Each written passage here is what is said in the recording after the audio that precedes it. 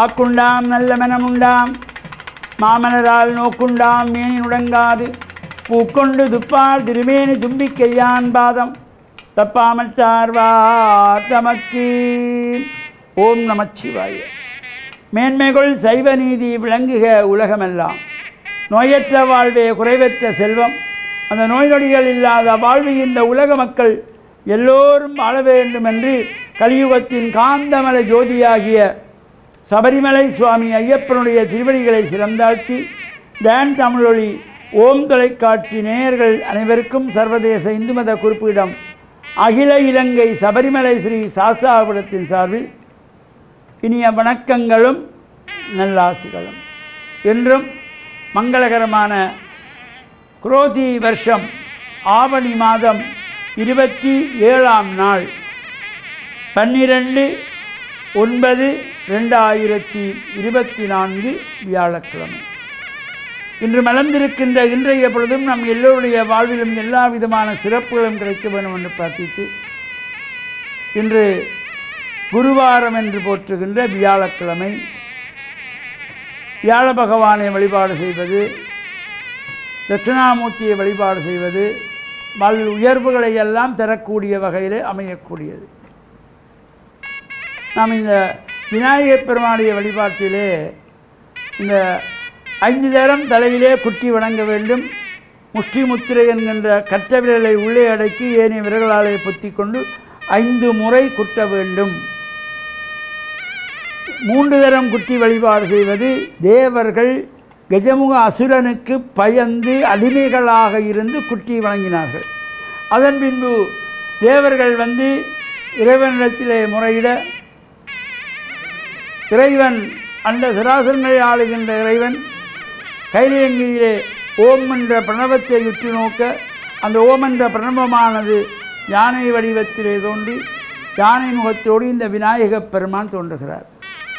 கணங்களுக்கு அதிபதி கணபதி என்றும், வி சகநாயகன் உனக்கு மேலே ஒரு தலைவன் இல்லாதவன் நீ என்றும், இந்த தேவர்களை காப்பதற்காக கஜமுகாசுரனை சம்ஹாரம் செய்வதற்காக விநாயகப் பெருமான் தோன்றினார். அந்த விநாயகப் பெருமானிடத்திலே தேவர்கள் எல்லோரும் சென்று பிரார்த்தனை செய்ய விநாயகப் பெருமான் கஜமுகாசுரனை சம்ஹாரம் செய்கிறார். அந்த 21 நாட்கள் விநாயக சஷ்டி விரதம் என்று கார்த்திகை மாதத்திலே ஆரம்பித்து வரும். அவ்வாறு கஜமுகாசுரனை சம்ஹாரம் செய்த பின்பு அந்த அசுரத்திலிருந்து எங்களை காத்தவர் தேவனீர், அந்த அசுரங்களை அடிமைகளாக்கி 3 முறை தலையிலே குட்டி வணங்க வேண்டுமென்றான். அவனிடத்திலே காத்த தெய்வமாகிய உங்களை நாங்கள் கைகளை நேராக பிடித்து 5 தரம் குட்டி வணங்குகிறோம் என்று தேவர்கள் 5 முறை குட்டி வணங்கினார்களாம். முஷ்டி முத்ராம் பகுர்வீத மத்தியமாங்குலி மத்தியகே தப்லாவையேது அமிர்தம் ததா கணேசஸ்ய சமுகே குட்டணம் பஞ்சவாரம். இந்த 5 முறை தலையிலே குட்டி வணங்க வேண்டும். கட்ட விரலை உள்ளே மடக்கி ஏனைய 4 விரலாலும் பொத்தி கொண்டு தான் பிள்ளையார் கும்பிடணும். இந்த விரலை இப்படி வச்சு 5 தரம் கும்பிடவும் கூடாது. கட்ட விரலை உள்ளே மடக்கி இவ்வாறு தான் 5 முறை தலையிலே குட்டி வணங்கி வழிபாடு செய்கின்ற சிறப்பு இந்த கஜமுகாசுரனை சம்ஹாரம் செய்ததினாலே தேவர்கள் மனம் மகிழ்ந்து விநாயகப் பெருமானை 5 முறை தலையிலே குட்டி வணங்கினார்களாம். இவ்வாறான இந்த விநாயக வணக்கம் நாமெல்லாம் ஆலயங்களில் சென்றதுமே இப்போது வயதானவர்கள்லாம் இந்த தலையிலே குட்டி வணங்குவதையும் அந்த தோப்பு கரணம் போடுவதையும் பார்க்கிறோம். இளம் பிள்ளைகள் இளைஞர்களெல்லாம் வெட்கப்படுவது, இதெல்லாம் இது முன்னைய காலத்திலே நம் முன்னோர்கள் மூதாதைகள் இவற்றையெல்லாம் ஒரு உடலிலே இருக்கின்ற நோய்களை தீர்ப்பதற்கு இந்த வழிபாட்டிலேயே நோய் தீர்க்கின்ற சக்திகளை எல்லாம் கொடுத்தார்கள். அவ்வாறு தலையிலே அந்த குட்டுகின்ற பொழுது நரம்பு மண்டலங்களெல்லாம் ஒரு சீராக வந்து அந்த அமுத கலசத்திலே கட்டப்படுகின்ற பொழுது எல்லா விதமான சிறப்புகளும் கிடைக்கும். நரம்பு மண்டலங்களுக்கு நல்ல இரத்தோட்டங்களை கொடுக்கக்கூடியது. இந்த காதுகளை பிடித்து இருந்து தோப்புக்கிரணம் போடுகின்ற பொழுது இது ஒரு அபியாசமாக உடல் ரோகங்களை நீக்குகின்ற சக்தி. இப்போ அதெல்லாம் நாங்கள் கோயிலில் செய்கிறது வெட்கப்படுகிறோம். அப்புறம் நோய் என்று டாக்டர்கிட்ட போனால் டாக்டர் சொல்லுவார் 108 தரம் உட்கார்ந்தெலும்பு 5 மைலுக்கு ஒவ்வொரு நாள் நட என்றால் அதெல்லாம் செய்கிறோம். இதெல்லாம் நம் முன்னோர்கள் இவற்றையெல்லாம் அன்றாடம் செய்து வந்தால் நோயில்லாத வாழ்வு நாம் வாழ்வதற்காகத்தான் இவ்வாறு இந்த இறை வழிபாட்டுக்குள்ளேயே இவற்றையெல்லாம் வைத்தார்கள். இந்த விநாயகப் பெருமானுக்கு நாமும் கைகளை நேராக பிடித்து கட்டை விரலை உள்ளே மடக்கி 5 முறை குத்தி வணங்கி காதுகளை பிடித்து தோப்பு கரணம் தோர்திகை கர்ணகா என்னுடைய தொடர்ச்சியை மீண்டும் சிந்திப்போம் என்று கூறி டான் தமிழொலி ஓம் தொலைக்காட்சி நேயர்கள் அனைவருக்கும் சர்வதேச இந்து மத குருபீடம் அகில இலங்கை சபரிமலை ஸ்ரீ சாஸ்தாபுரத்தின் சார்பில் நல்லாசிகளை கூறிக்கொள்வதில் மன மகிழ்வு கொள்கிறோம். சர்வே ஜனாக சுகினோ பவந்து சமஸ்த சன்மங்களானி சந்து சுகம்.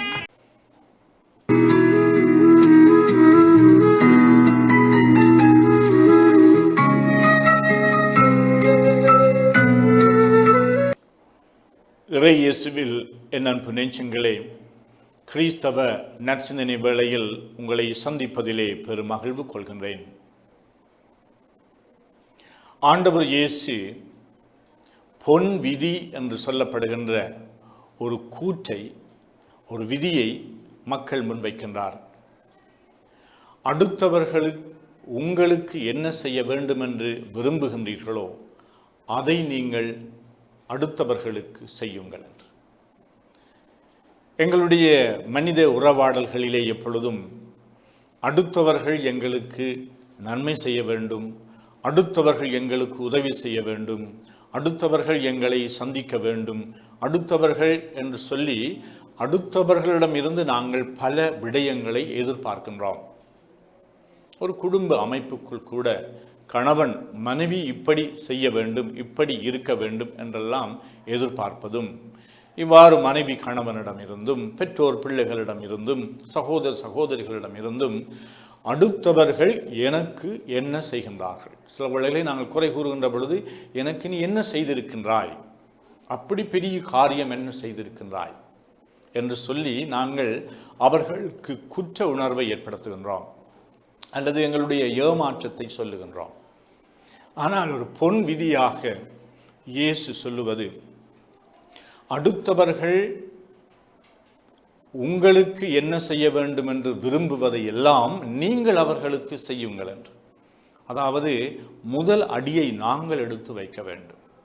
எதிர்பார்ப்பதிலும் எதிர்பார்க்கப்படுவதை நாங்கள் அவர்களுக்கு செய்வது என்பது அவ்வளவு சுலபமான விடயம் அல்ல. ஏனென்றால் நாங்கள் இயற்கையாகவே சுயநலவாதிகளாக அல்லது எங்களுடைய நலத்தையும் எங்களுடைய வளர்ச்சியையும் எங்களுடைய சுகங்களையும் பார்ப்பதனாலே அடுத்தவர்கள் எங்களுக்கு இப்படியெல்லாம் செய்ய வேண்டும் என்று விரும்புவோம்.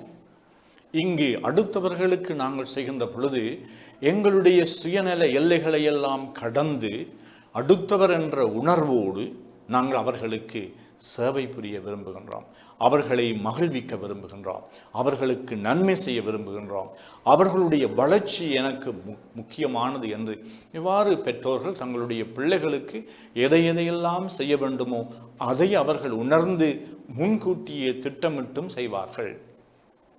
அவர்கள் உண்டு. ஆகையினாலே எல்லோரும் அப்படித்தான் என்றல்ல, ஆனால் நாங்கள் எங்களுக்குள்ளே அனுதினம் பெற வேண்டிய சில மனமாற்றங்கள் இருக்கின்றன. அடுத்தவர்களிடம் நாங்கள் எதிர்பார்த்து ஏமாந்து எங்களையே நாங்கள் நொந்து அடுத்தவர்களையும் நாங்கள் நோவ பண்ணாமல் இந்த இயேசு கூறுகின்ற இந்த பொன் விதி, இது திருச்சட்டத்திலே, அதாவது மோசேயினுடைய சட்டத்தின் வழியிலே வந்த ஒரு அறிவுரையாகும். அடுத்தவர்கள் எங்களுக்கு என்ன செய்வார்கள் அதை நாங்கள் அவர்களுக்கு முதலில் செய்வோம். இந்த எதிர்பார்ப்போடும் இந்த தீர்மானத்தோடும் இந்த நாளிலே நாங்கள் அடுத்தவர்களை திருப்திப்படுத்துவதற்கு, அவர்களுடைய வாழ்வுக்கு நாங்கள் எங்களுடைய பங்களிப்பை செய்வதற்கு சில முயற்சிகளை செய்வோமா? ஆமென்.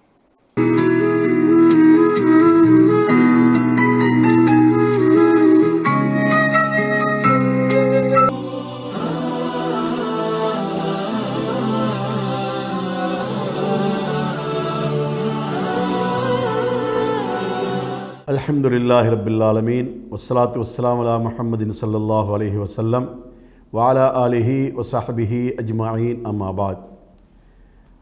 அன்புள்ள நேயர்களே, சகோதரர்களே, இன்றைய காலை பொழுதிலே உங்களை சந்திப்பதிலே நான் மகிழ்ச்சி அடைகின்றேன்.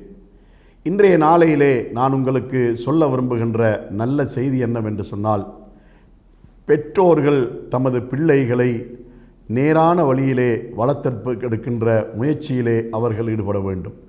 பிள்ளைகளுக்கு நல்ல பண்பாடுகளை அவர்கள் சொல்லிக் கொடுக்க வேண்டும்.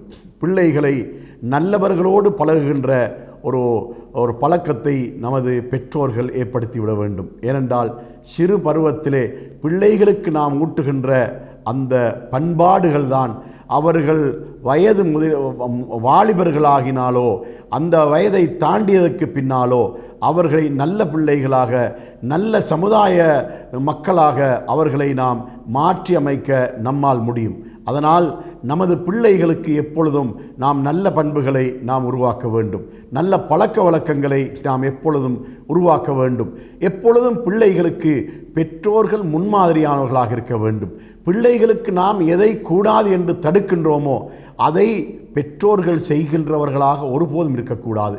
பெற்றோர்கள் ஒரு பிழையை செய்து கொண்டு அதே பிழையை பிள்ளைகள் செய்யக்கூடாது என்று தடுக்கின்ற பெற்றோர்களாக ஒருபோதும் இருக்கக்கூடாது.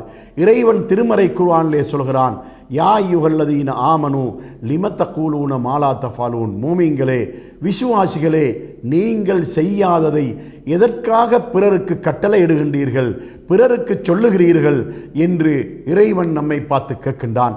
அதனால் நமது பிள்ளைகளுக்கு நாம் சொல்லுகின்ற நமது செய்திகள் எல்லாம் நாம் செய்யக்கூடிய நல்லவைகளை மட்டுமே நாம் அவர்களுக்கு சொல்ல வேண்டும்.